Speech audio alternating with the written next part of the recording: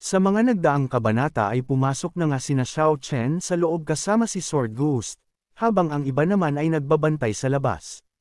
Dito nga sa loob ay nandito na si Black at pinagmamasdan niya ang naramdaman niya sa labas. Maiging pinagmamasdan ito ni Black na kung tama ba ang kanyang naramdaman. Maya-maya pa ay bigla na lang kuminang ang kanyang mata at tumulo ang laway nito. Agad niya itong hinukay ng may seryosong mukha na may kasamang pagka-excited. Maya-maya pa ay tuluyan na nga itong nakita at isa itong first-rank Jasper Crystal.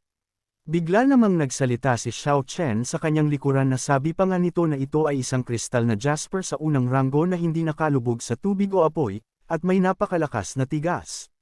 Ginagamit itong pangpino upang gamitin ito sa paggawa ng sandata na magagamit sa labanan. Sa pagdating nila Xiao Chen ay nagkaroon ng matinding reaksyon si Black sa kadahilanang baka agawin sa kanya ang pinaghirapan niya. Nang makita ni Xiao Chen ang reaksyon ni Black ay sinabi niya na lahat ng ito ay sa iyo, ang mga materyales para sa pagpino ng baluti. Mayroon na akong mas magandang pagpipilian. Nang marinig ni Black ang sinabi ni Xiao Chen ay napabuntong hininga na lamang siya dito na sabi pa nga niya na tinakot mo ako doon. Subalit bigla na lang siyang nanlamig dahil sa hitsura ni Xiao Chen. Makikita sa mga mata ni Xiao Chen na mas maganda pa ang balahibo ni Black kaysa sa Jasper Crystal. Pinagpawisan naman si Black sa reaksyon ni Xiao Chen. Nasabi pa nga ni Xiao Chen habang hinahawakan ang balahibo ni Black na ang iyong balahibo ay mas matibay pa sa crystal na ito. Nang marinig ito ni Black ay nasabi na lang niya na isa kang abnormal. Maya-maya pa ay kinain na ni Black ang kalahati ng crystal. Sinabi naman ni Xiao Chen na bilasin mo ang pagkain. Dahil mayroon pang magandang bagay dito. Napansin naman ni Xiao Chen ang pagiging kalmado ni Sword Ghost. Kaya naman sinabihan niya ito na parang napakakalma mo. Sa unang tingin, parang nakita mo na ang malaking mundo. Sinabi naman ni Sword Ghost na isa akong ranger kaya alam ko ang lahat. Makalipas ang ilang sandali ay pinuntahan na nila Xiao Chen kung saan ang daanan patungo sa isang mahalagang bagay na naramdaman din ni Xiao Chen at mayroon itong formation. Nasabi na lang ni Black na kung ano itong nasa harap nila. Agad naman na sinimulan ni Black na sirain ang lagusan patungo sa isang kayamanan. Nang masira ni Black ang lagusan ay bigla na lang nagkaroon ng matinding enerhiya na lumabas. Sinabi naman ni Xiao Chen na puntahan na natin, habang si Black naman ay namuti ang kanyang mata sa kanyang naramdaman. Nagpatuloy sina Xiao Chen sa paglalakad patungo sa loob. Maya-maya pa napangiti na lang si Xiao Chen dahil nakikita niya na ang isang formation na naramdaman niya kanina. Nang makapasok sila sa loob ay pinagmasdan nila ang ilang mga bahay na napakaganda. Subalit ang unang pinagtuunan ng pansin ni Xiao Chen ay ang formation na sabi pa nga niya sa kanyang mga kasama na may isang formation dito. Maya-maya pa ay nagsalita na ang isang kaluluwa na tagapagpang-asiwa ng kayamanan na sabi pa nga nito na isang tao, ang matandang ito ay matagal nang naghihintay. At tingnan natin kung ang iyong mga nagawa ay karapat-dapat sa iyong pamana. Ang unang sinuri ng kaluluwang tagapangasiwa ng kayamanan ay si Black. At ang sumunod ay si Sword Ghost na sinuri ang kanyang mga nagawa. Ang ikatlo ay si Xiao Chen at makikitang kakaiba ang naging resulta nito sa kanyang pagsuri dahil nagkaroon ito ng matinding reaksyon at matinding liwanag. Napamura na lang ang matanda dahil sa hindi niya maipaliwanag ng suriin niya si Xiao Chen. Wala namang ideya sina Xiao Chen na kung bakit tanging mura lang ang narinig nila. Kaya naman sinabi na dito ni Xiao Chen sa isang matandang kaluluwa na paano na, ito ba ay karapat-dapat sa iyong mana? Sinabi naman ng kaluluwa na kung ganon ay simulan na natin. Sinabi naman ni Xiao Chen sa matandang kaluluwa na may natitira pang kaluluwa ng dakilang emperador ng 5-tiered Sendai, anong klaseng kasuotan ang suot mo? Buksan ang lugar at hayaan mo akong makita kung ano ang magagandang bagay. Sa sinabi ni Xiao Chen ay wala namang nagawa ang matandang kaluluwa dahil alam na ni Xiao Chen ang kanyang kalagayan. Kaya naman binuksan na lamang niya ito. Nang mabuksan ang pintuan ay sinabi na ni Xiao Chen na pumasok na tayo sa loob. Nang makapasok sila sa loob ay makikita ang 3 piraso ng kahon na naglalabas ng matinding enerhiya. Agad naman na sinubukang buksan ni Xiao Chen ang isang kahon. Subalit nang makita niya ito ay nadismaya siya na sabi pa nga niya na isa itong basura. Sa sinabi ni Xiao Chen ay nagtataka si Sword Ghost na kung bakit tinawag ni Xiao Chen na isang basura ang espada na iyon. Agad din na binuksan niya ang isa pang kahon na naglalaman ng espada at nang makita ito ni Xiao Chen ay nasabi na naman niya na isa itong basura. Kaya naman binuksan niya na din ang huling kahon at nang makita niya ito ay natuwa siya, nasabi pa nga niya na katulad nito iyon. Dagdag pa niya na meron ding ganyang magandang bagay. Ang isang ice feather silk. Tinanong naman ni Black kung ano ang bagay na hawak niya. Sinabi naman ni Xiao Chen na ito ay isang ice feather silk, na isang uri ng seda na gawa sa mga balahibo ng ibon at hayop na tinatawag na mga balahibong yelo. Sa pagpapabuti ng master, maaari kang makakuha ng mas malakas na depensa at katigasan. Ito ay angkop na maging isang kasangkapan para sa aking baluti. At nang matapos niyang ipaliwanag kay Black ang silk ay tinawag niya ang kaluluwang tagapagpangasiwa na lumabas ito. Maya-maya pa ay lumabas na ito at nagpakita sa kanila. Nasabi pa nga niya na nandito lang ako. Ang kaluluwang ito ay isang emperor. Nagsalita naman ang matandang kaluluwa na sabi pa nga niya na ano bang problema nitong tatlong lalaki, mas malakas ang isa sa isa, ang pisikal na lakas ng itim na asong iyon ay talagang mas malakas kaysa sa dati. At ang batang mukhang tanga ay ipinanganak talaga na may pusong espada. Tinignan naman niya si Xiao Chen subalit nagtataka siya dito. Nasabi pa nga niya na itong lalaking ito, hindi ko talaga makita ang lakas niya. Maaaring ang kasalukuyang martial arts ay umunlad sa ganoong antas. Sinabi naman ni Xiao Chen na ikinalulungkot kong kunin ang iyong mga gamit, sabihin mo sa akin kung anong gusto mo, gagawin ko lahat ang aking makakaya para sa iyo. Nang marinig ng matanda ang sinabi ni Xiao Chen ay sinabi niya kay Xiao Chen na talaga bang magagawa mo. Sinabi naman ni Xiao Chen sa kanya na walang mag-iiwan ng pagkakataon ng walang dahilan, sabihin mo agad bago ka magsisi. Sinabi naman ng matanda na tama ang sinabi mo. Kung ganoon may hihilingin akong pabor sa iyo. Sa kasong iyon may sama ng loob ako, at umaasa akong tulungan akong patayin siya.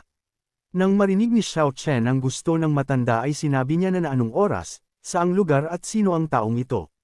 Sinabi naman ng matanda na matagal nang hinihintay ang matanda, kung saan masasabi ang oras at lugar ng mga tao. Dahil hindi alam ng matanda kung sino ang ipapapatay niya ay sinabi na ni Xiao Chen na umalis na tayo. Agad naman na pinigilan ng matanda sila Xiao Chen na sabi pa nga niya na sandali lang may isang paraan para matukoy mo siya. Agad na ibinigay ng matanda ang kaunting chi kay Xiao Chen. At sabay niyang sinabi na isa itong sinag ng chi sa katawan ng kaaway ng matanda. Kung makatagpo ka ng isang taong may ganitong chi sa hinaharap, mangyaring tulungan ang matanda na patayin ito.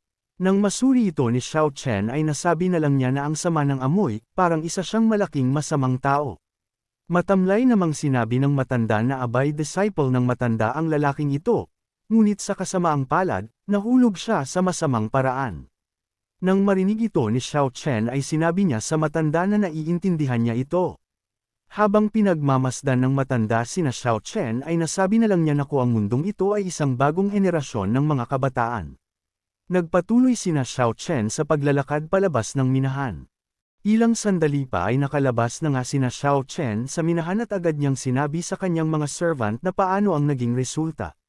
Nagtinginan naman ang bawat isa sa kanila nang itanong ni Xiao Chen ang resulta ng kanilang ginawa.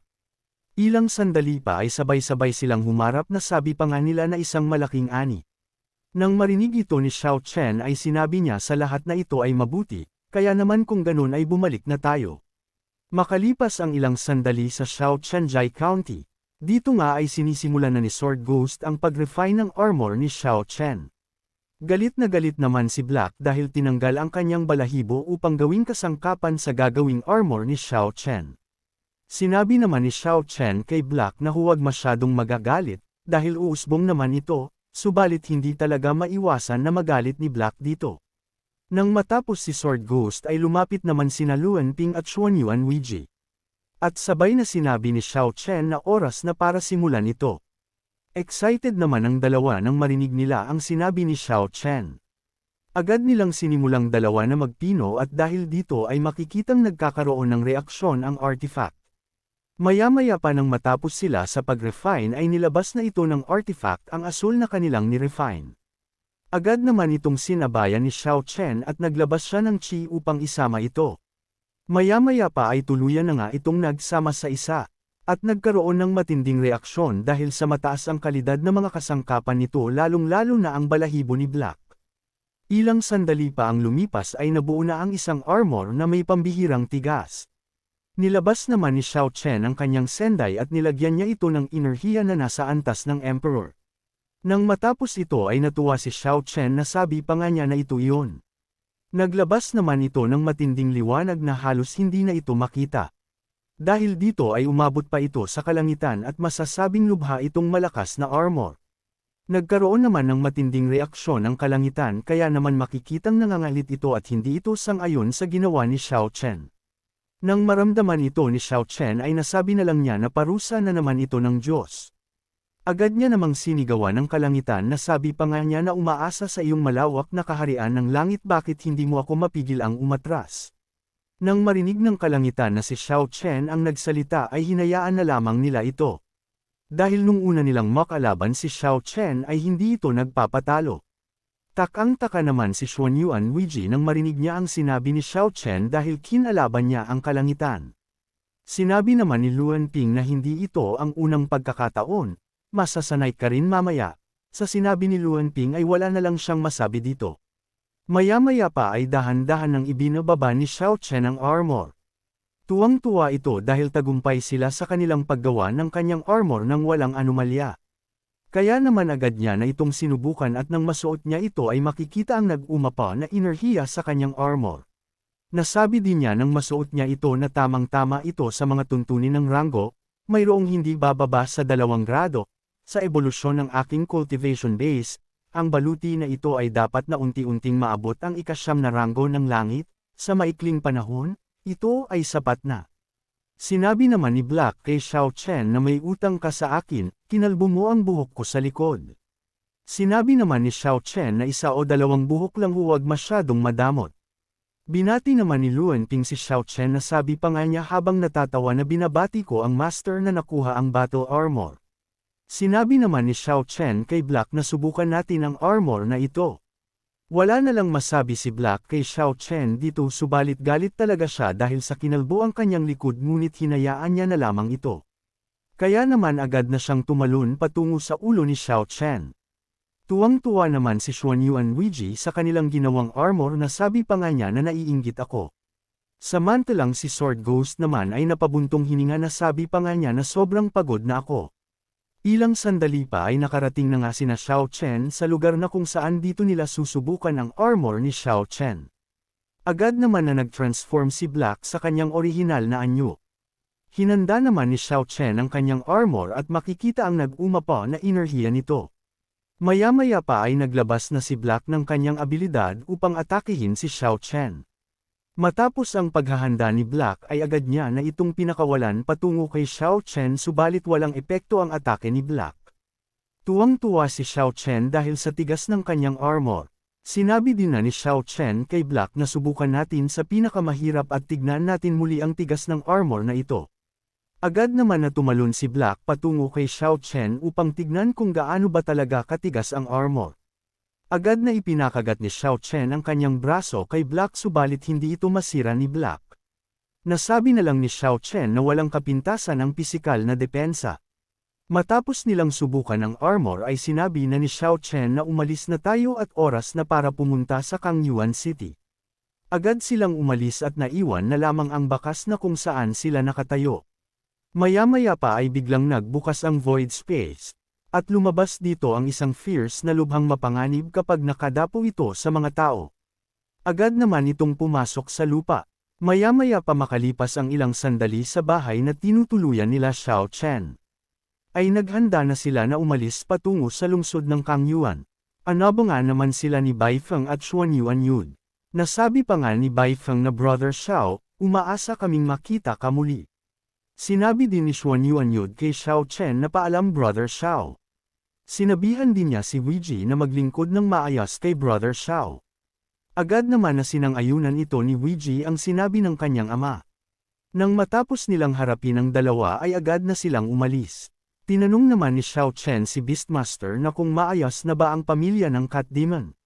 Sinabi naman ni Beastmaster na sa kasong ito, nakahanap ako ng isang tirahan na lugar para sa kanila bilang isang bagong tahanan. Sinabi naman ni Xiao Chen na sana magkaroon sila ng sariling swerte. Bahagya namang nanahimik si Beastmaster dito, sinyales na bahagya siyang nag-aalala. Dahil nakarating ka na sa part na ito ay inaanyayahan kita na pindutin ang like at mag-subscribe at i-on ang notification bell. At kung gusto mo naman na suportahan ng matindi ang bidang hangal na ito ay maaari mo ding pindutin ang super thanks sa ibaba para mas lalong ganahan ang hangal na ito. Maraming salamat mga bida. Habang paalis sina Xiao Chen ay tahimik na nagmamasid ang Black Caravan sa kanila. Nasabi pa nga ng isa na kung ano ang gagawin nila. Sinabi naman ng leader na paalisan natin sila dito, at pagkatapos ay aalamin natin ito. Habang naglalakad ang Black Caravan ay lumutang ang isang fierce sa lupa. At agad itong tumalon patungo sa isa sa Black Caravan.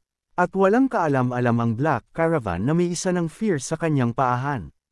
Mabilis naman na lumipas ang 10 araw sa lungsod ng Kangyuan.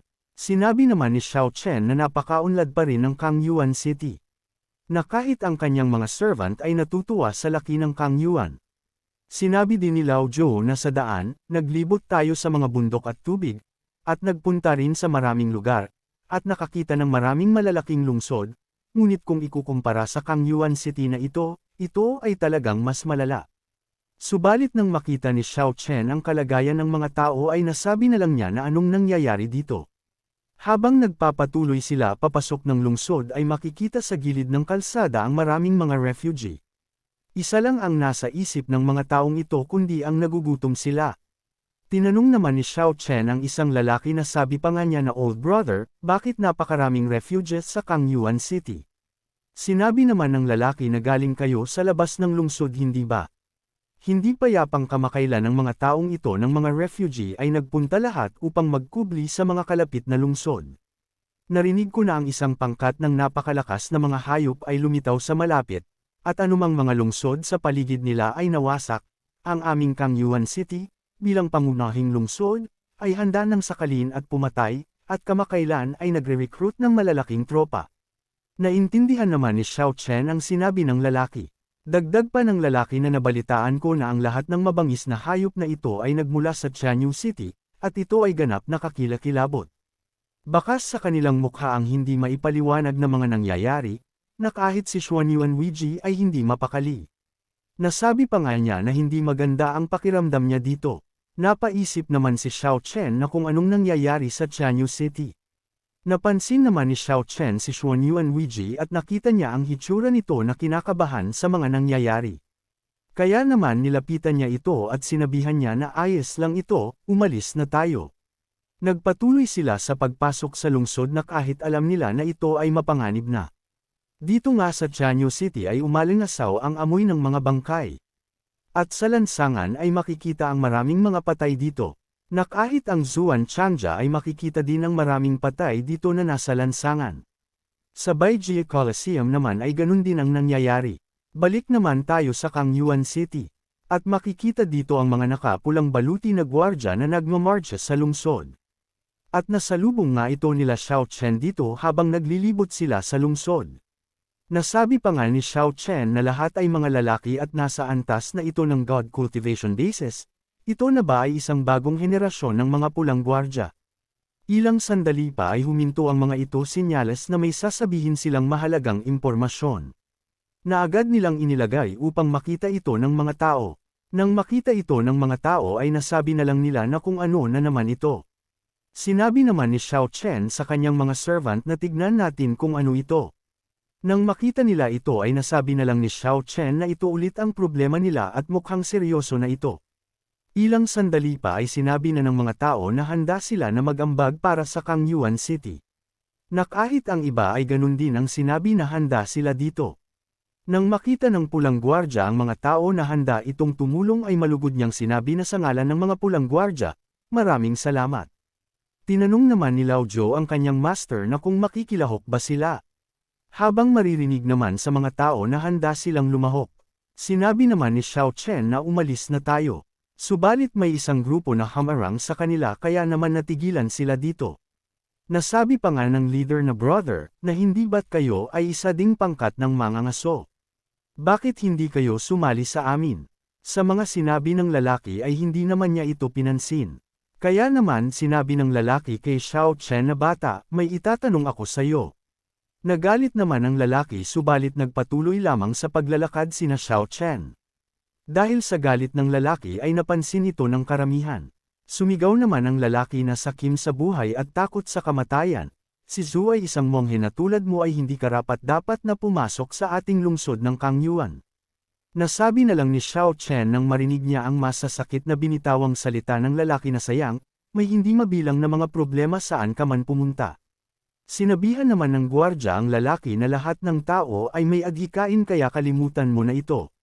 Napangisi naman si Lao Hu at sabay niyang sinabi na tama, hindi lahat ng mandirigma ay iwagayway ang mundo sa kanilang mga puso, mga embryo.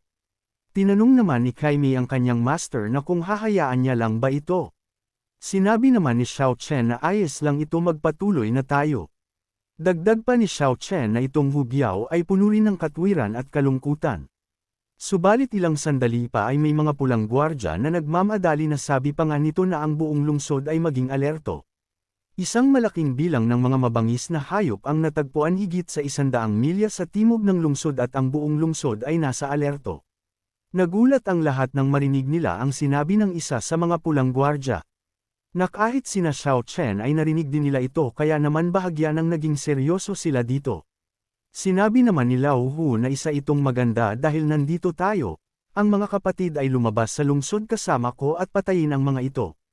Sinabi din ng pulang gwardya na ang lahat ng matuwid na lalaki ay inaanyayahan na ipadala ng Red Armor Guard upang pag-usapan ang mga kontra. Lumapit naman si Xuanyuan Weijie kay Xiao Chen upang magsalita tungkol sa nangyayari. Subalit inunahan na siya ni Xiao Chen na sabi pa nga niya na gusto mo bang itanong na kung bakit hindi tayo lumahok. Kinumpirma naman ito ni Xuanyuan Weijie na tama. Ipinaliwanag naman ni Xiao Chen na ang tapang ng isang tao ay walang kabuluhan. Tandaan, ang unang bagay na dapat panatilihin sa anumang sandali ay ang pagiging mahinahon. Dagdag pa niya na aayusin natin ito at gagawa ng mga plano sa ngayon. Sa sinabi ni Xiao Chen ay natuwa dito si Xuanyuan Weijie at hindi siya nagkamali na may mabuting puso ang kanyang master. Makalipas ang ilang sandali sa Kangyuan City Fulai Inn, ay makikita sa mga tao na nagmamadali itong kumain. At bakas sa kanilang reaksyon ang mga seryoso nitong mga hitsura, habang sina Xiao Chen naman ay nakapasok na din sa loob. Nang makaupo sina Xiao Chen ay lumapit sa kanila ang isang tauhan na kung ano ang order nila. Sinabi naman ni Xiao Chen na bigyan mo kami ng masarap niyong pagkain, nakangiti namang sinabi ng tauhan na masusunod, at pakihintiin na lamang po ito ng sandali. Ilang sandali pa ang nakalipas ay dahan-dahan na nga silang kumakain, nagsalita naman dito si Sword Ghost na nasabi pa nga niya na speaking of which, matagal na akong nasa mundo ng Kangzhou, at wala pa akong narinig na ganito kalaking beast tide. At hindi ko alam kung anong nangyayari sa mundong ito. Sinabi naman ni Black kay Xiao Chen na may nararamdaman akong kakaiba dito.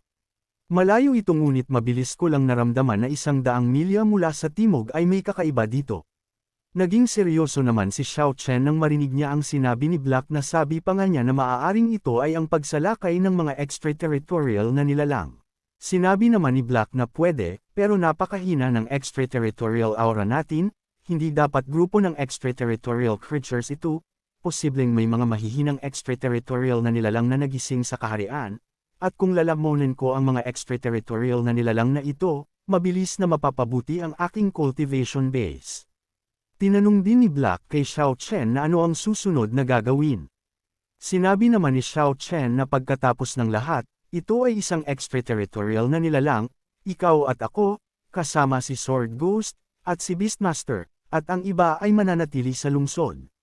Matapos niyang sabihin ito kay Black ay sinabi niya sa lahat na bilasan ang pagkain, lahat pagkatapos kumain, humanap ng tirahan lahat. Sword Ghost at Beastmaster kayong dalawa ay sumama sa akin sa labas ng lungsod. Nang marinig ito ng dalawa ay agad nila itong sinang-ayunan. At dito na din matatapos ang ating episode mga bidang hangal subalit hindi matatapos ang araw na ito nang hindi tayo nag-shoutout. Kaya naman shoutout kay Seloso Gaming, Mark Santiago from Hermosa Bataan. Gilbert Vallejo, Kuya Mark TV from Matanao Davao del Sur, Luna Malukod, Paul Patrick Sandolan Paraiso, Luya Yuso, Matt Aquiles, at hanggang dito na lang muna mga bida. At sa mga hindi pa na shoutout ay huwag kayong mag-alala dahil nakalista naman ang iyong mga pangalan at nakikita ko ang mga comments niyo. Maraming salamat sa panunod at magkita-kita ulit tayo sa mga susunod na kabanata, kaya naman mangyaring pa-like na lang po.